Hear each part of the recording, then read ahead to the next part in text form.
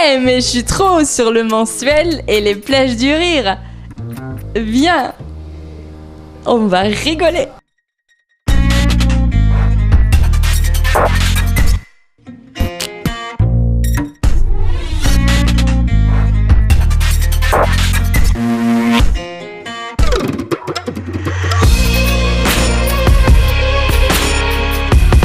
C'est fatigant, 3 semaines d'Avignon, mais en même temps c'est une énergie. Enfin, je sais pas comment expliquer. À la fois on est crevé à la fin, mais on est bien, on est zen parce qu'on a tout donné. Et puis je sais pas, c'est agréable de s'investir comme ça entièrement dans un projet. Alors 1 an à la Comédie de Paris et 6 mois en tournée pour l'instant. J'ai fait mon premier spectacle à 20 ans et puis le deuxième là. C'est bien. C'est comme des grossesses, quoi. Voilà, faut pas faire trop rapprocher, sinon les enfants, bon, ils sont un peu ratés, quoi. En fait, le premier spectacle, c'était Je suis une princesse bordel, c'était plus autobiographique. Mais on dit toujours qu'un premier spectacle est autobiographique. Et un deuxième est plus ouvert sur le monde, parce qu'on mûrit et puis on observe plus ce qui se passe. Et c'est exactement ce qui s'est passé. Une fois l'année dernière, dans mon ancienne école, la maîtresse a dit « Taisez-vous, taisez-vous ». Et moi, pour l'aider la maîtresse, les enfants qui se taisaient pas, du coup, je les ai attrapés et je leur ai agrafé leur bouche comme ça. Et quand ils bougeaient beaucoup, du coup, moi, j'ai pas agrafé droit. Je pense que c'est pour ça qu'ils m'ont renvoyé. Moi, j'aime bien les fleurs, les coloriages, les papillons, les paillettes, la guerre, les abats. Et j'aime bien un truc aussi, c'est les petits animaux tout mignons, parce que moi, je leur fais des câlins et je les serre tout contre moi, jusqu'à ce qu'il y ait le moindre petit souffle de vie dans le petit corps. Arrête de regarder ma culotte!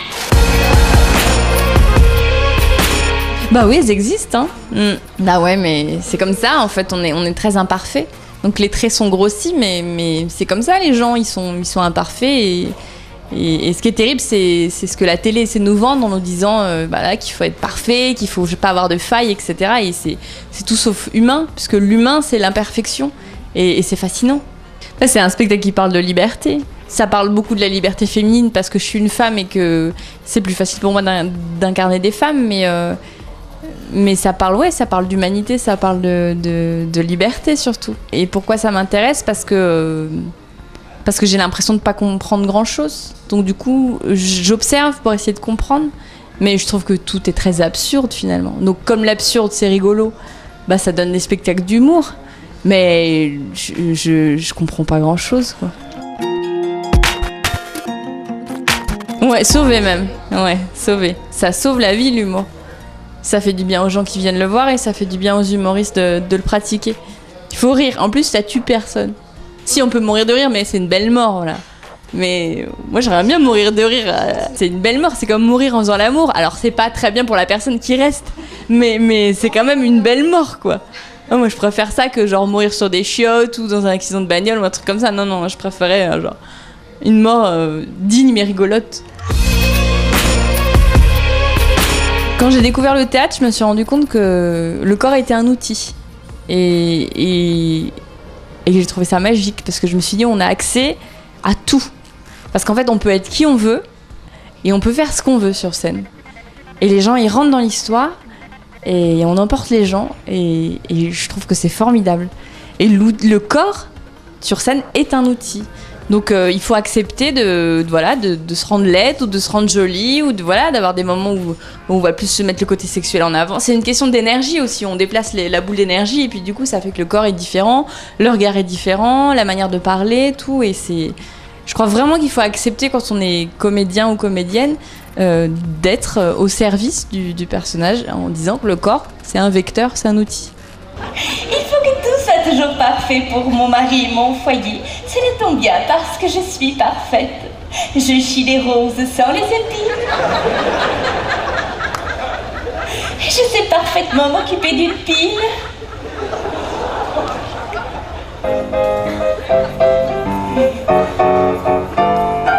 Quand mon homme part travailler, que je suis seule à la maison, je prends mon pied à astiquer mon logis du sol au plafond. Quand je frotte et quand je brique, dans ma culotte c'est féerique. Ce qui me fout le feu au derrière, c'est de récurer le frigidaire.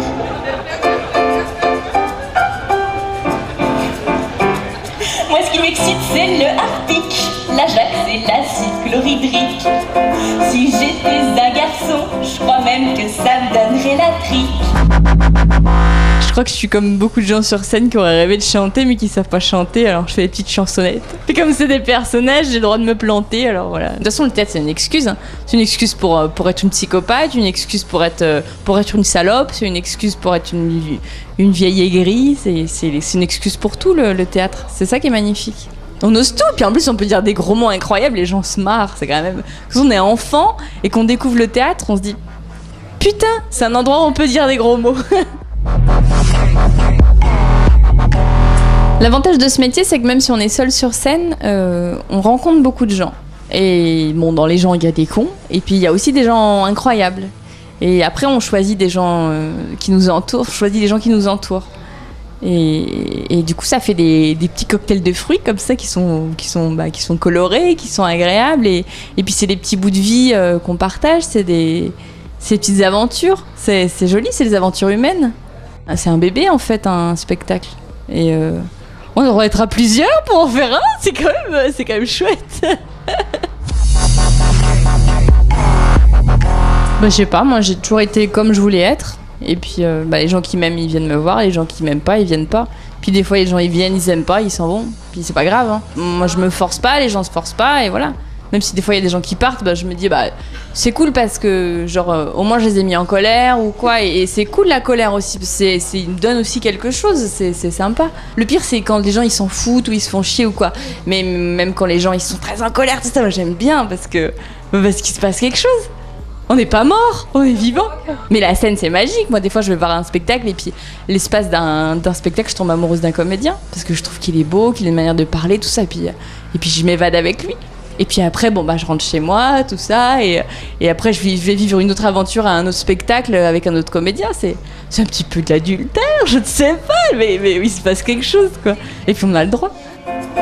Et s'il y a du moisi, ah oui, c'est sûr, là je jouis.